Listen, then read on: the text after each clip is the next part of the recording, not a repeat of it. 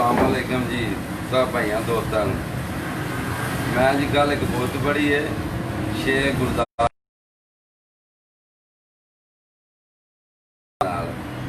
मेरी इन्होंने बाजी भी लगी। इन्हें एक काबू उड़ाया 3 दिनों का। वो मेरी छत भी मेरी छत आ गई दूसरे नंबर पर। वो मेरा 27,000 रुपया नाम थी। 10,000 एंट्री पिछों कट्टी जानी। वो 27,000 मेरा हाले भी रहा है। इन्होंने को नहीं मैनू दिता। उस तो बाद जी बाजी सी वो इन्होंने उठती सी। वो मेरी 5वीं भड़क की गिरा टुट गई। 4थी भड़क वाले दिन इन्हों का कबूतर एक 8 बंदे बैठे ने छत के उत्ते। वो वेंदे ने उत्तों उत्तों कोई कबूतर नज़र नहीं आया। शेख साहब थले ने अपनी फैक्ट्री च ये थले आए ने तो सामने जाल से कबूतर बैठा है। ना रौला पा दिता वो मेरा कबूतर बैठा वो मेरा कबूतर बैठा है। वो सारे बंदे हैरान हो गए कि कितों आया कबूतर। मुड़ साहब आंदा लिख। उन्हें कहा मैं नहीं लिखना।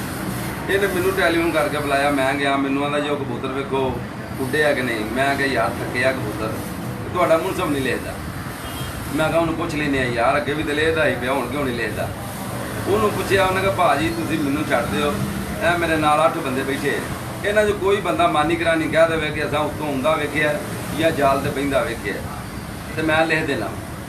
ये आते ने जी शेख साहब कि मैं आना मेरा मानी करानी उठ गया है।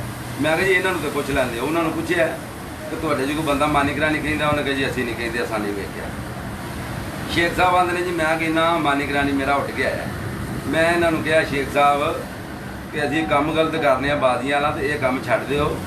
असीं शहर जाने उस्ताद मुस्तफा उस्ताद रियाज ते उस्ताद जिहड़ा हुमायूं इन्हों को जाने जो कह ना तुम भी गल सुनाओ मैं भी सुनावांगा। मैनू कह लिख दे तो मैं लिख देंगा। शेख साहब ने कोई जवाब दिता मैं उन्होंने को नहीं मानता। मैं कहा जी ना मनो तू उन्होंने छड्ड देने तुहाडे कल्ले उस्ताद कोल चलने। इन्होंने शेख साहब ने फरमाया कि मैं उन्होंने भी नहीं मानता। मैं कहा भाई शेख साहब तुहां तो फिर करान चुकना ही चुकना है बाकी मैं इस गल च राजी नहीं। तो जे तुहां चुकना है तो फिर इंज कहना कि मेरा कबूतर उस्तादां दे कानून के मुताबिक बिल्कुल सही आया है। मैं मानी करानी कहना। इन्हें इंज आख छड़िया भाजी कि मैं उस्ताद मेरा कबूतर मानी करानी उस्तादां दे कानून के मुताबिक बिल्कुल सही आया है। मैं मानी करानी कहना। मैं लिख दिता है।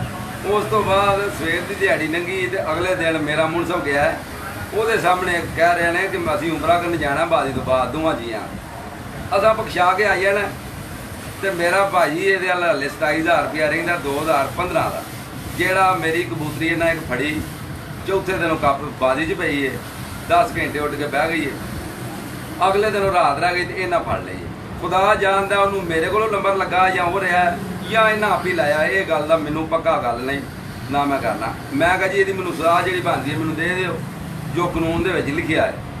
कानून के लिखिया है कि यह जोड़ा कबूतर की कड़ी या नंबर फड़िया गया वह टोटली टाइम घट दिता जाएगा। मैं कहा जी घट दिओ।